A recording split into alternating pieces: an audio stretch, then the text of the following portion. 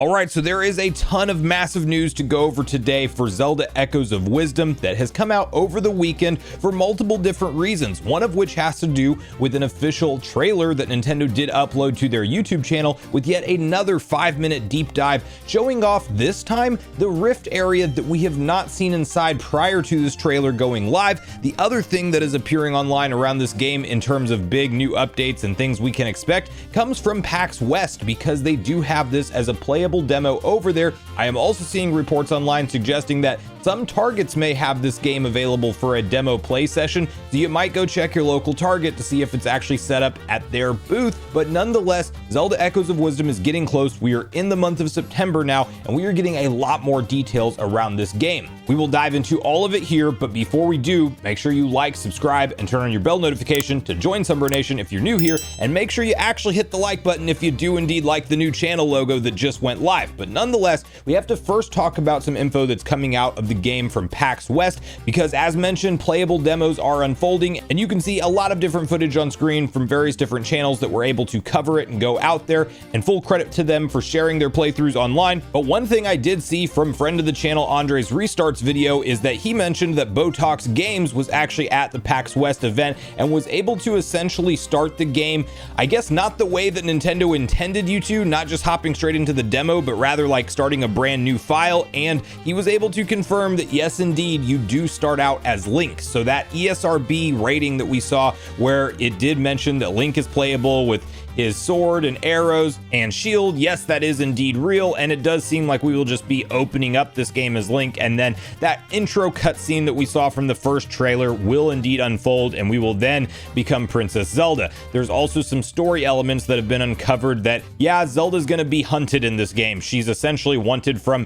an imposter King Hyrule, not the real King of Hyrule, but rather one that replaces him whenever he gets swallowed into the rift. And so, yeah, we are wanted. There's talk of execution of the princess, so we don't want to reveal who we are in this game, and you do have various different disguises that you can switch between, as we've also seen unfold in various different trailers. Now, another piece of information that is brand new and I haven't seen talked about a whole lot is the confirmation of difficulty modes. And you can see this following post from Stealth over on Twitter, which reads, "The Legend of Zelda Echoes of Wisdom hero mode available from the start, along with normal difficulty, double damage, no heart drops, some accessories won't work." So that is actually a big win that it is available out of the gate. I do like to see hero mode as an optional play style for any Zelda game. It was interesting that it wasn't in Tears of the Kingdom at all, but we did get it in Breath of the Wild with DLC. So Nintendo's very hit and miss on if they include hero mode or not, but we do know now, officially confirmed, that it is intact for this game.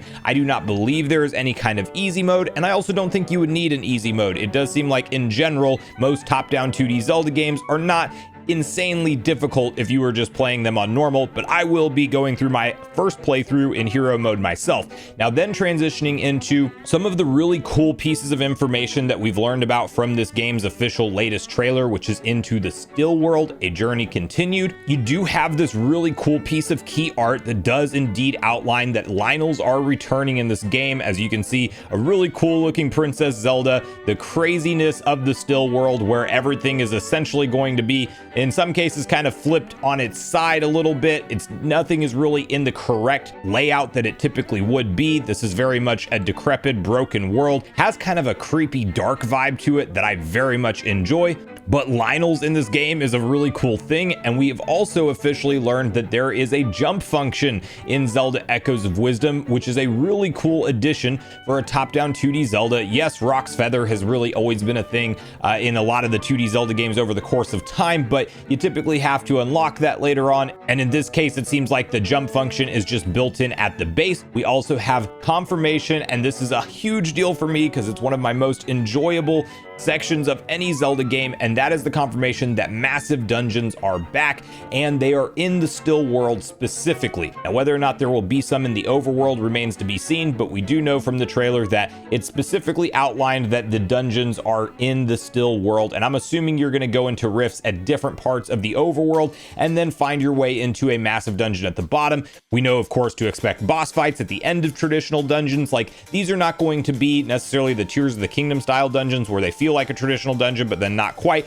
They may be in the sense that you can tackle any of them in any order. That is not confirmed yet, but these very much look like traditional puzzle-based dungeons where you're finding keys, you're progressing through, you're going to get a boss key, and then you're going to go take out a massive boss at the end of it. Then next, we have to talk about this sword fighter form, which is actually exactly what it sounds like. It is essentially Princess Zelda having the moveset and playable character likeness of Link with full sword and shield intact, even your spin attack. And what is interesting about this form is that it is not always going to be readily available, but rather you have to collect these various energy particles that you will find throughout your traversal to transform into sword fighter form. And it does appear that it will be able to be leveled up, and it looks like initially it's probably going to be lasting for a very short amount of time. I would assume that as you level up this ability, not only do you get stronger in sword fighter mode, but you probably also are able to stay in it for quite a bit longer. But this is not going to be an option that you can just kind of play the game as a sword fighter all the way through.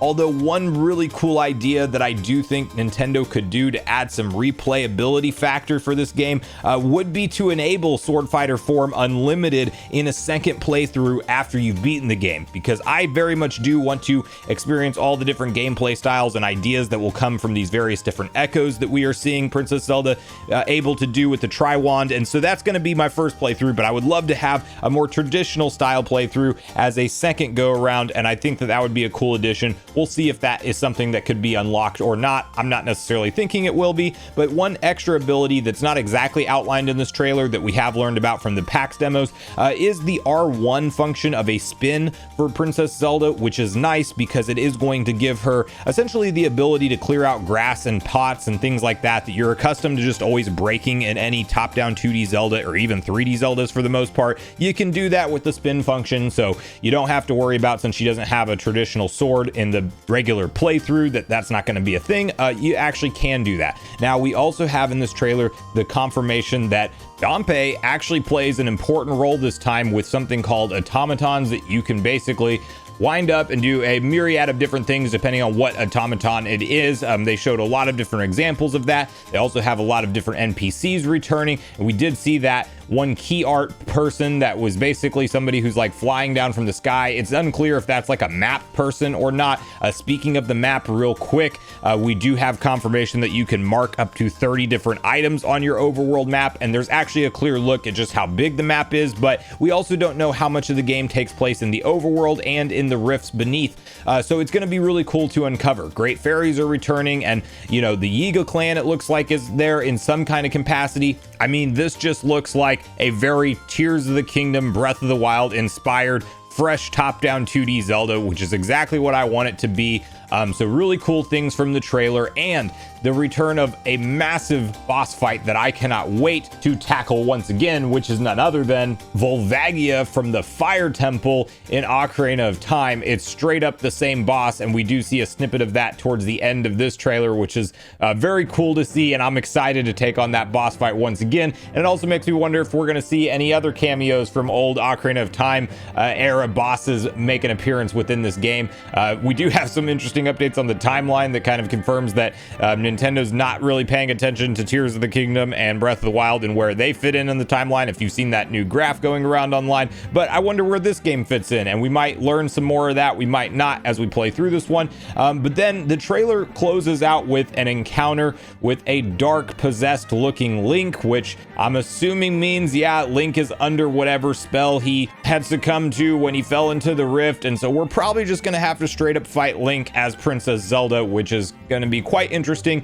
But that also leads me into the idea on whether or not, when we meet up with Link at a portion of the game and we fight him, and then assuming we win, does he become playable or a partner to us in some way, shape, and form? You could argue that with the sword fighter mode that maybe that is now less likely. However, I do also see a world where towards the end of the game, Link and Zelda, at the very least towards the opening and the end of the game, are working together to take out Ganon, and you might switch between these two characters more frequently, because if you are playing as Link at the very opening of the game, all of his character controls and animations and everything that you need are built out, so it'd probably be pretty simple to swap into Link and then swap back to Princess Zelda, maybe completely up to you and at your own command. I don't think that that's guaranteed by any means, but I do think we might be playing short sections of the game, especially later on once we have this encounter with Dark Link and actually take him over and play as him for a limited amount of time. So